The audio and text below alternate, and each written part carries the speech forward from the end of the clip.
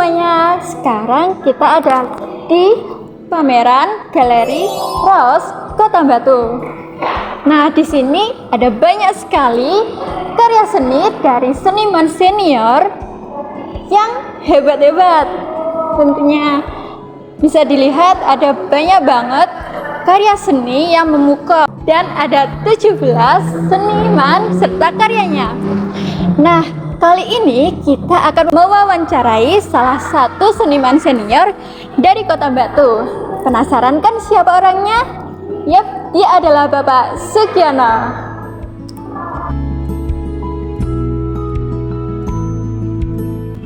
Jadi untuk melengkapi data wawancara, mungkin Bapak bisa menyebutkan nama lengkap dulu, lalu mungkin usia dan tempat tanggal lahir sama domisilinya sekarang. Nama saya Sugiono, tanggal lahirnya 4 Oktober 1973, domisili Batu, Jalan Dewi Sartika, Gang 3J, 2B. Selanjutnya, sejak kapan Bapak mulai menekuni seni lukis ini dan bagaimana awal mula ketertarikan itu muncul? Mulai melukis tahun 94.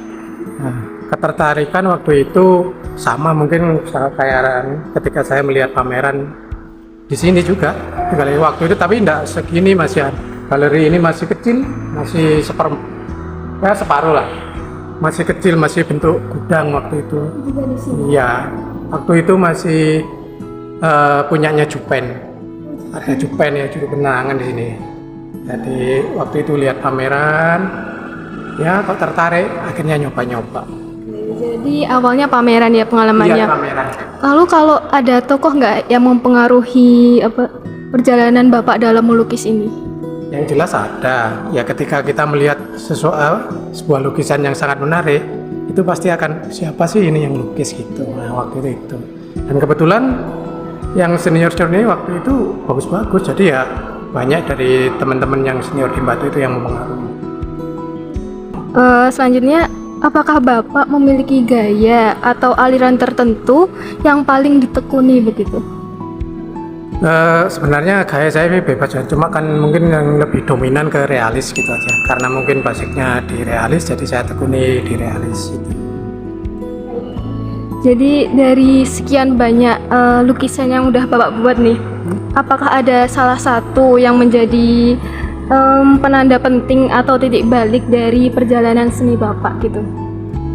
Sebenarnya kalau untuk penanda tidak begitu saya perhatikan ya, karena setiap saya mau melukis lagi, itulah yang mungkin yang akan menjadi sebuah pemicu gitu loh, saya untuk berbuat lebih baik lagi atau membuat karya lebih bagus lagi. Artinya kalau saya mungkin untuk flashback, itu akan malah menghambat untuk karya kedepannya gitu. Jadi ya kalau karya sudah jadi ya sudah gitu. Artinya mungkin hanya sebagai bahan untuk apa ya, kita bisa merenung mungkin kelemahannya di mana, kekurangannya di mana, itu aja dari sebuah karya yang sudah saya hasilkan. Nah, jadi enggak begitu apa ya. Pokoknya semua karya ya, karena orientasi saya itu kalau bikin karya, kalau bisa karya yang bagus itu ya karya yang akan saya buat lagi gitu. Jadi ada semangat untuk spirit ke sana gitu loh. Lebih ke masa depannya ya Pak? Iya. Oke, baik. Mungkin bisa dijelaskan proses kreatif Bapak dari mulai ide sampai proses finishingnya gitu. Yang pertama mungkin setelah dapat ide ya, tentunya dari kita melihat ya, kalau sekarang melihat terus ya bersosial, terus mungkin jalan-jalan, itu akhirnya kan menimbulkan ide.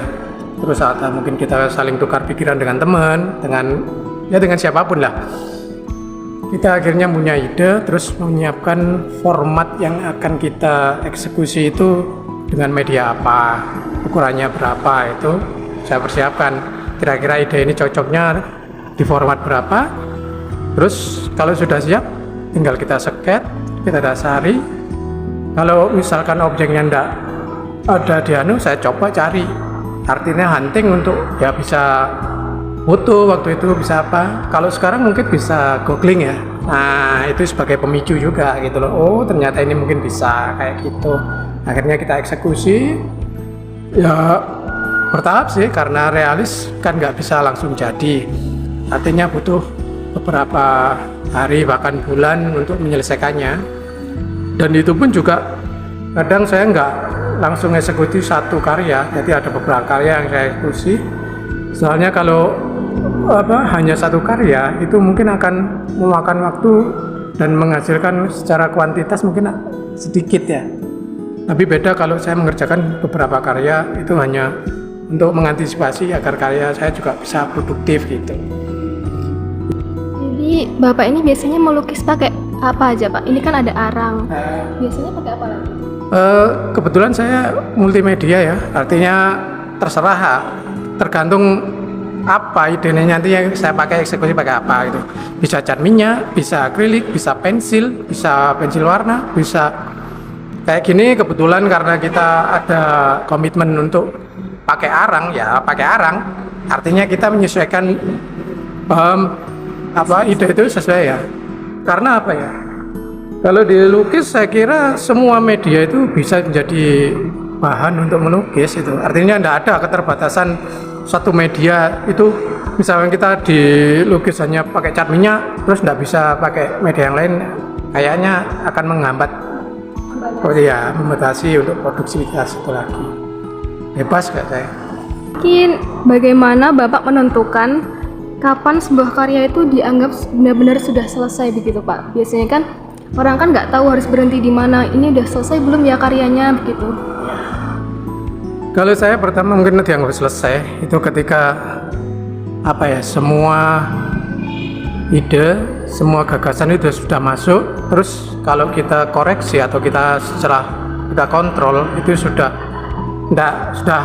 artinya sudah balan menurut saya, sudah komposisinya sudah masuk, nuansanya sudah kena, dan apa yang saya inginkan itu sudah nyampe ya. Artinya ya baik itu dari segi warna, teknik, mungkin tampilan, yang paling utama sih visual ya. Kalau visualnya sudah saya anggap selesai ya sudah gitu.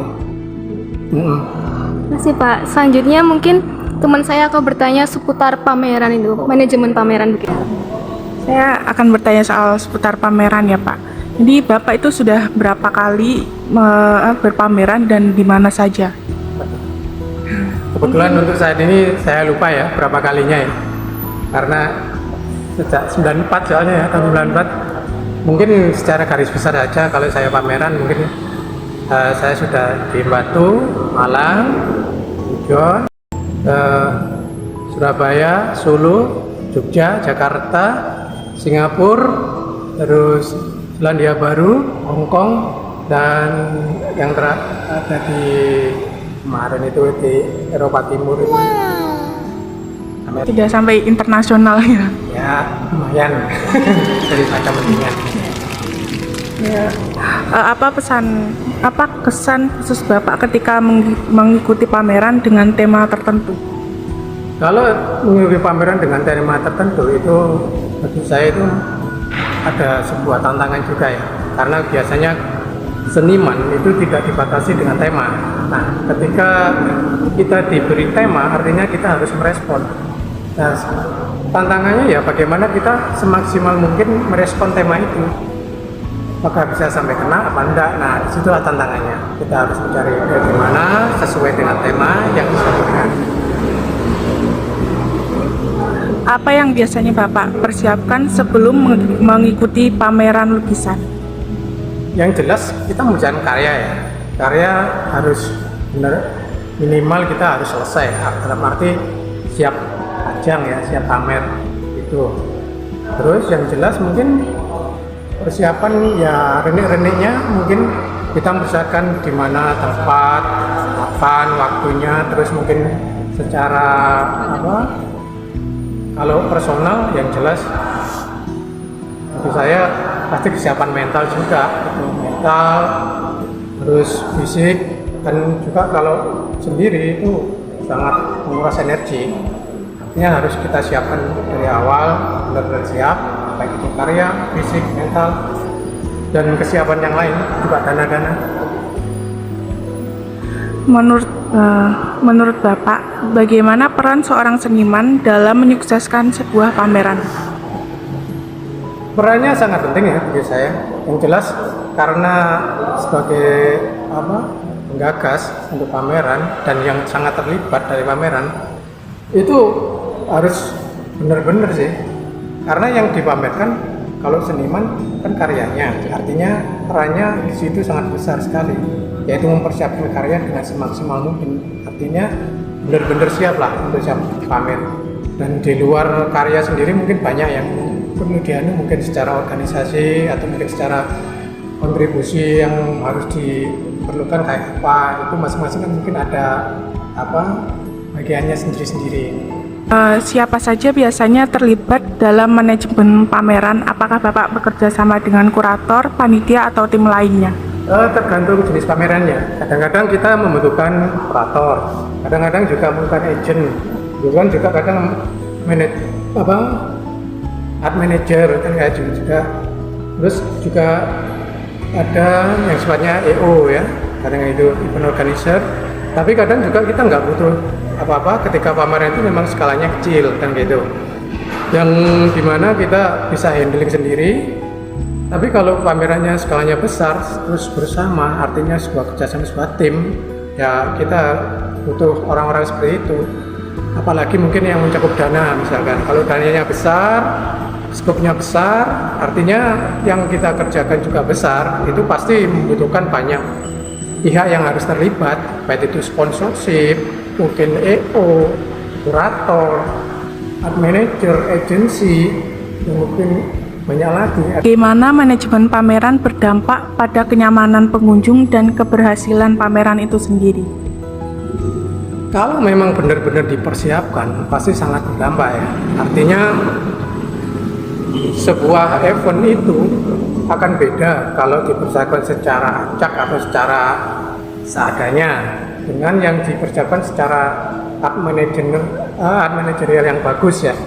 Benar-benar pasti akan berbeda karena di situ semua akan tertata dengan rapi, mungkin ya secara terkoordinasi ya, baik itu secara penataan, setting, display ataupun pengadaan, semua yang dibutuhkan itu pasti akan terhandling. Beda kalau tanpa persiapan, pamerannya tidak jelas, deadline-nya tidak jelas, artinya semua tidak jelas, pasti akan amburadul hasilnya. Bagaimana biasanya alur manajemen pameran dari awal sampai akhir menurut pengalaman Bapak sendiri? Kalau alurnya sih mungkin ini sangat personal banget ya kalau saya. Apalagi saya mungkin jalannya di otodidak ya, yang bukan akademis, yang tidak tahu mungkin secara rinci dari sana alurnya kayak apa ya.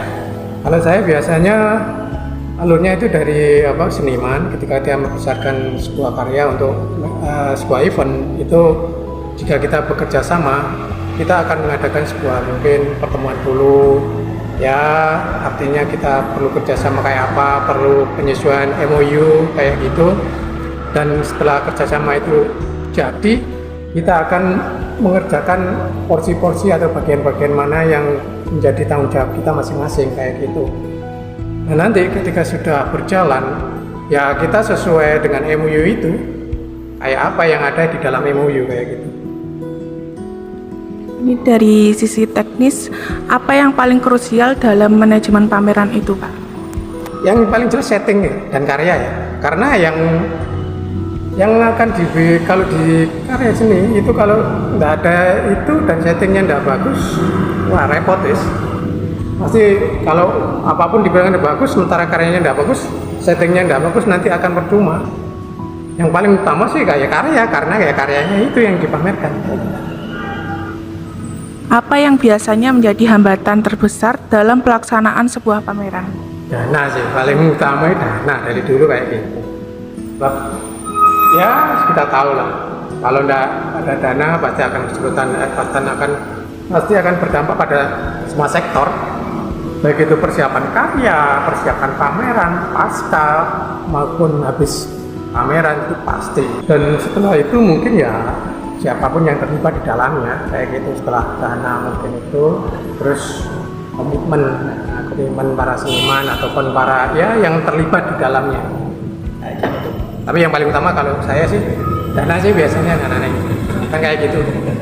Kalau udah bisa besar ya bikin event kecil, Kalau nggak punya dana ya bikin event-event apa sendiri, kadang gitu pribadi. Mungkin kadang kan sekarang ada yang marak kayak apa open studio kayak gitu kan, kadang nggak mikirkan dana kayak gitu, cuma paling ya dana seadanya dari pribadi. Tapi beda kalau kita bikin kayak gini kan, ya mungkin meskipun ada dana kayak apa gitu yang harus dipersiapkan.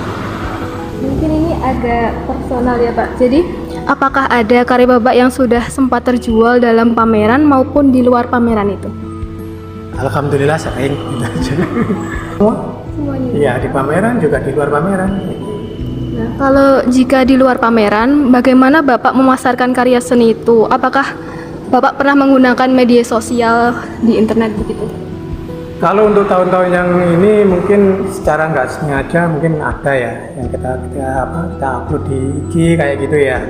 Dulu di Facebook kayak gitu. Dan itu mungkin yang antara berdampak atau tidak, kadang juga saya tidak tahu pengaruhnya karena saya tidak pernah mengikutin juga sih. Tapi karena mungkin saya mengupload ke sana, mungkin ya secara otomatis mungkin juga tersebar kayak gitu. Promosi. Iya. Kalau menurut Bapak, sejauh mana hasil dari berkesenian ini bisa mendukung kehidupan sehari-hari Bapak atau lebih menjadi jalan untuk menjaga semangat dan kreativitas saja begitu? Kalau di awal-awal saya berkarya itu ada istilahnya kita menghidupi seni ya. Artinya kita berusaha mencari istilahnya itu lebih apa ya, kita mencari uang atau mencari masukan itu untuk membuat karya. Nah sekarang mungkin beda, setelah berjalan beberapa tahun akhirnya seni itu yang menghidupi kita. Artinya karena saya ini sebagai profesi, artinya saya hidup dari seni ini, jadi ya dari hasil itulah menghidupi keluarga saya, anak-anak saya dan istri saya. Mungkin ini pertanyaan refleksi dan pandangan. Kalau menurut Bapak, apa arti pameran bagi seorang seniman? Kalau bagi saya pribadi, pameran mungkin sebagai apa ya? Pertama,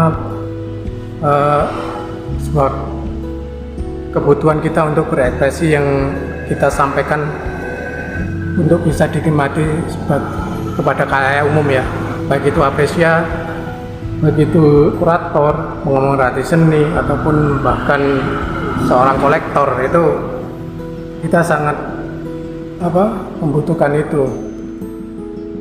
Dan di pameran itu bagi saya pribadi kita bisa bersosialisasi, artinya baik sesama teman pelukis maupun dengan masyarakat umum mengenai kelebihan dan kekurangan dari karya kita. Karena kalau kita di studio atau di rumah kita mengerjakan itu, kita akan merasa seperti seorang yang raja yang paling hebat sendiri, karena kita tidak tahu lingkungan di luar kita itu kayak apa. Tapi beda ketika kita mengadakan sebuah pameran di wilayah sekup yang mungkin di sini yang istilahnya masih lokal, itu kita akan bersaing dengan teman-teman kita. Kita akan tahu ketika kita sama-sama pameran dalam satu ruang kayak gini, kayak mungkin dari kita bisa mengetahui kelemahan dan kekurangan kita dari karya-karya teman-teman kita. Terus mungkin kalau kita di event yang lebih luas, yang sifatnya internasional atau nasional, itu kita akan mengetahui lebih banyak variasi atau macam-macam karya seni itu kayak apa, perkembangan karya seni itu kayak apa, tingkatannya kayak apa, terus yang berkembang masa kini itu kayak apa. Dan bagi saya pribadi itu akan menjadi sebuah refleksi bagi karya saya. Oh, karya saya ini kayak apa sekarang? Apakah sudah ketinggalan zaman atau masih mengikuti arus mode sekarang atau masih bisa bertahan? Oh, karya saya masih bisa bertahan meskipun sudah pada perubahan zaman kayak gitu.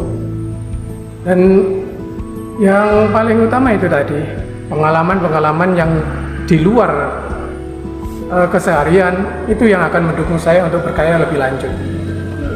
Oke.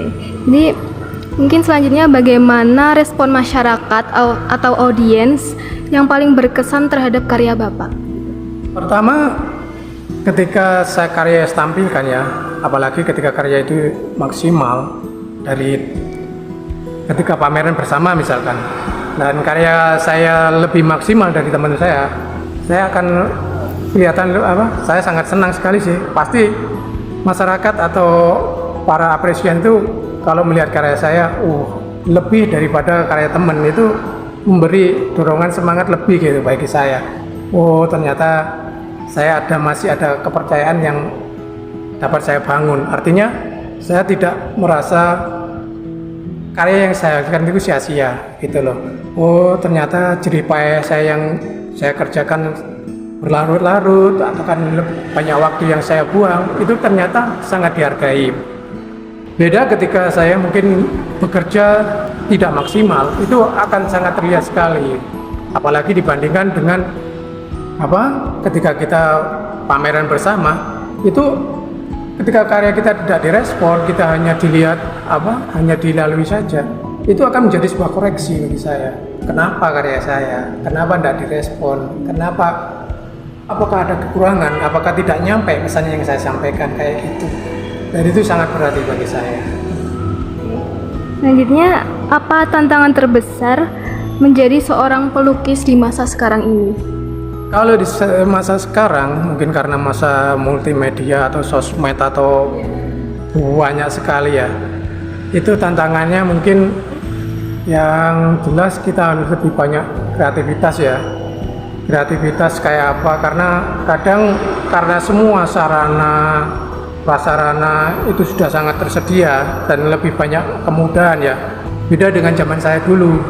Zaman dulu saya itu mau beli cat aja sudah susah, mau beli kanvas aja sudah susah. Kita mencari sebuah wacana aja sudah susah. Kita misalkan ini pengetahuan yang baru, kita harus pergi ke Jogja atau pameran ke Jogja untuk mencari sebuah wacana yang baru, perkembangan seni rupa itu kayak apa kan. Tapi beda dengan era sekarang kan, kita bisa hanya dengan klik Google gitu ya istilahnya, kita sudah tahu dunia di sana kayak apa, mau ke Eropa, Amerika, Australia, nasional, bahkan lokal pun, bahkan sampai yang di ganggang sempit pun kita tahu kan kayak gitu perkembangannya, tanpa harus kita ke sana, tanpa harus kita mengeluarkan biaya yang terlalu besar. Kita hanya cuma butuh sebuah data pulsa atau sebuah kita klik gitu aja, kita bisa tahu apa yang kita inginkan. Terus semua sekarang untuk media lukis sangat tersedia sekali. Kita mau butuh kanvas ada, mau segala macam kertas, cat, bahkan akrilik. Dulu zaman saya akrilik belum ada, dulu cat minyak ada kalau urusan cat. Sekarang sudah banyak multimedia ya, artinya banyak sekali. Kita mau bereksperimen dengan media kayak apa ada sudah bebas. Tapi dari tantangan kemudahan itu pasti akan menimbulkan banyak juga seniman-seniman yang muncul, baik itu seniman yang apalagi di era digital ya, ada yang sekarang ada seniman digital mungkin ya kayak gitu ya. Mungkin kesenian digital aja itu akan lebih enjoy juga, mereka bisa menyimpan banyak karya tanpa harus menyiapkan ruang yang besar kan kayak gitu. Dan tantangannya saya kira mungkin anak-anak muda sekarang yang harus lebih banyak ya yang jelas punya improvisasi ya. Harus banyak lebih improv, harus banyak mungkin googling atau apa, yang jelas pasti harus bersosialisasi dengan dunia maya, baik dunia nyata itu. Dan mungkin pertanyaan terakhir ya Pak, apa harapan Bapak terhadap perkembangan seni lukis, baik untuk diri Bapak sendiri maupun untuk generasi muda yang sekarang lagi belajar seni begitu? Harapan saya sih kalau tetap pede ya, kita menumbuhkan pede dulu, karena kalau kita terjun di sana tidak punya rasa percaya diri, itu akan minimal akan menghambat sebuah karya, kita berkarya. Karena apa? Kalau kita punya kemampuan tanpa kita asah, terus kita tidak mempunyai kepercayaan diri bahwa karya kita ini bisa ataupun mampu, itu juga akan mempersulit angka kita juga. Dan setelah itu mungkin kita perlu kerja keras juga ya setelah PD apa. Tapi ya dibarengi dengan sebuah rutinitas mungkin ya, dari sebuah karya itu kerja, entah itu yang berhubungan dengan karya apapun dengan ide-ide yang lain, itu setelah itu baru kita bersosialisasi.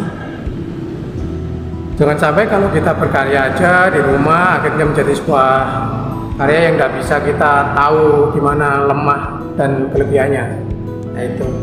Sebab kadang ya itu tadi yang pernah tadi saya ungkapkan bahwa kalau kita hanya berkutat pada diri sendiri tanpa melihat keluar, kita akan merasa seperti kita adalah yang paling bagus gitu loh. Iya. Dan kalau tanpa melihat ya bahwa di luar itu ternyata sangat bervariasi sebuah karya itu. Untuk perkembangan kedepannya, kalau bagi saya pribadi, ya saya harus tetap, kalau saya melihat harus saya pede dengan jalur saya. Karena kalau saya sekarang sebagai profesi, kalau saya tidak pede, selesai udah, kan gitu. Dan yang paling penting mungkin ya, tadi tetap harus ada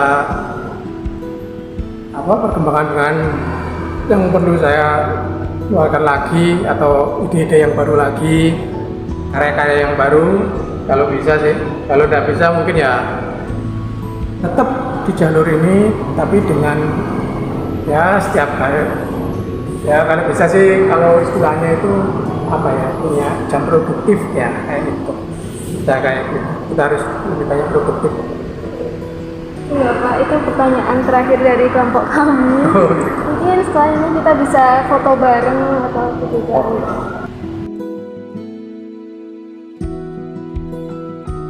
Inilah energi di balik studi manajemen penciptaan seni murni. Suasana kelas yang interaktif dan kolaboratif menjadi kunci. Kita dapat melihat bagaimana mahasiswa terlibat aktif, baik dalam mendengarkan materi, membahas studi kasus manajemen galeri atau strategi pemasaran karya seni, maupun berinteraksi satu sama lain. Dalam kelas ini, kami tidak hanya membahas teori, tetapi juga strategi manajemen, proyek kreatif, mulai dari konsep hingga pameran. Terlihat para mahasiswa aktif dalam berdiskusi, mencatat, dan fokus pada materi yang dipresentasikan di layar proyektor. Inilah ruang di mana ide-ide seni bertemu dengan prinsip-prinsip bisnis untuk mempersiapkan seniman dan kreator yang adaptif di masa depan.